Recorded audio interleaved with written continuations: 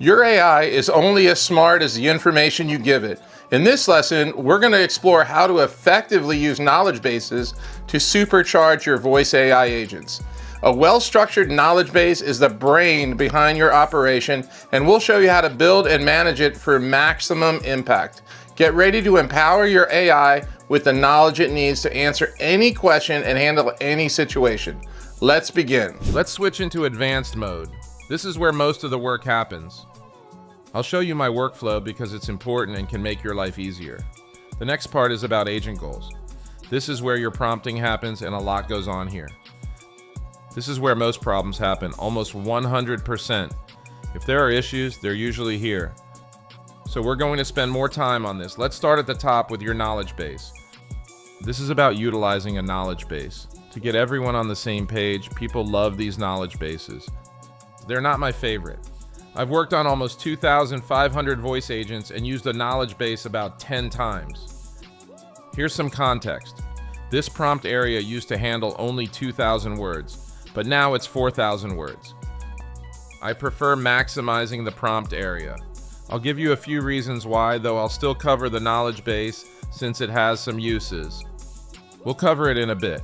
Whenever you use a knowledge base, it introduces a tiny lag, almost like an API call, as it searches each time. Each knowledge base action causes a small delay. I prefer keeping it in the prompt area. Another issue with the knowledge base is conflicting information. Sometimes what's in the knowledge base completely contradicts the prompt, causing the agent to malfunction. I'll show you where this happens shortly. Let's go through knowledge bases first, then prompting. Knowledge bases have useful features and some not so great ones, but people seem to like them. I'll explain why people love them and why I don't. You can decide for yourself. Let's create a knowledge base. We'll create one here and call it Mic Demo. You can add a description if you'd like. They've added a lot to knowledge bases, they've improved a lot, and use a good provider for the AI. They're using a Google product. Previously it wasn't Google, but they've partnered with Google and OpenAI. Now a Google product backs the knowledge base. They're doing well in that regard, improving quality. I'll show you what I like and don't like, and my go-to choices. Here's where the knowledge bases are. Let's start with the web crawler. You have a few options. You can scrape a website by entering the exact URL. For example, you can scrape data from www.cnn.com/todayscnews by entering the URL. You can also use a URL with a path to extract data. Look at this. You can extract data from an entire domain. I've seen this firsthand. Someone wanted to get all their products from a Shopify store, scraping 20,000 SKUs. They built an impressive knowledge base, but it's messy behind the scenes. This method is my least favorite. It's hard to control. This has a high chance of failure because many websites are outdated. People often neglect updates. Google profiles might be updated, but websites could be years behind. Keep that in mind. This is my least favorite tool. People love it, but it's not for me. Let's move to my favorite tool. My favorite tool allows complete control. You can add frequently asked questions here if they don't fit in the prompt area. We'll discuss what belongs in the prompt area now. 4,000 words is a lot. My average voice agent uses about 1,400 words, even when limited to 2,000. Out of 100 voice agents, I may hit 2,000 words twice, still answering all questions. For example, in a pest control company, questions like what types of bugs do you treat are common, so they don't need to be in the knowledge base. The agent already knows. The AI knows it.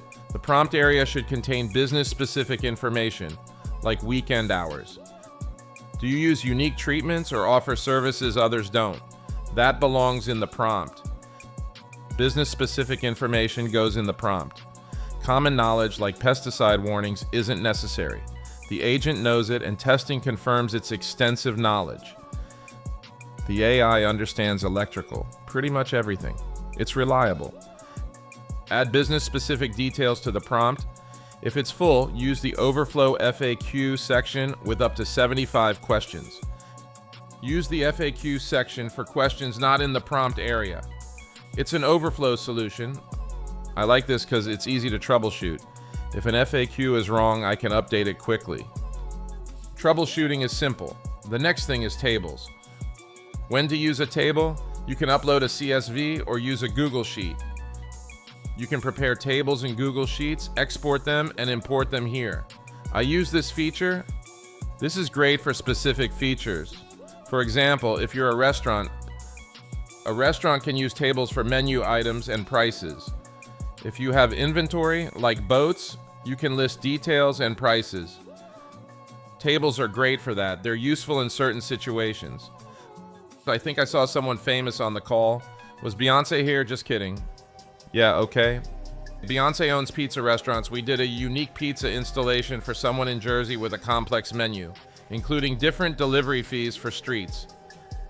Tables helped with that. Each street had different delivery fees. Certain streets weren't delivered to, maybe due to gates. The menu had combos and unique items. The menu was complex. I'd have simplified it, but tables help manage it. Tables managed the menu, and orders were sent to the kitchen via a thermal printer. It was a great use of tables. I also like the rich text area. Initially, I suggested this feature because my workaround involved using a blank funnel page with text. Rich text lets you type freely like a document. You can name it, and it's like sending a text. I like this feature because it's easy to visualize. It's a good option. It's another useful knowledge base feature. The last one is important too. File upload. You can upload PDFs, docs, and Google Docs. You can browse, drag, and drop documents into the system.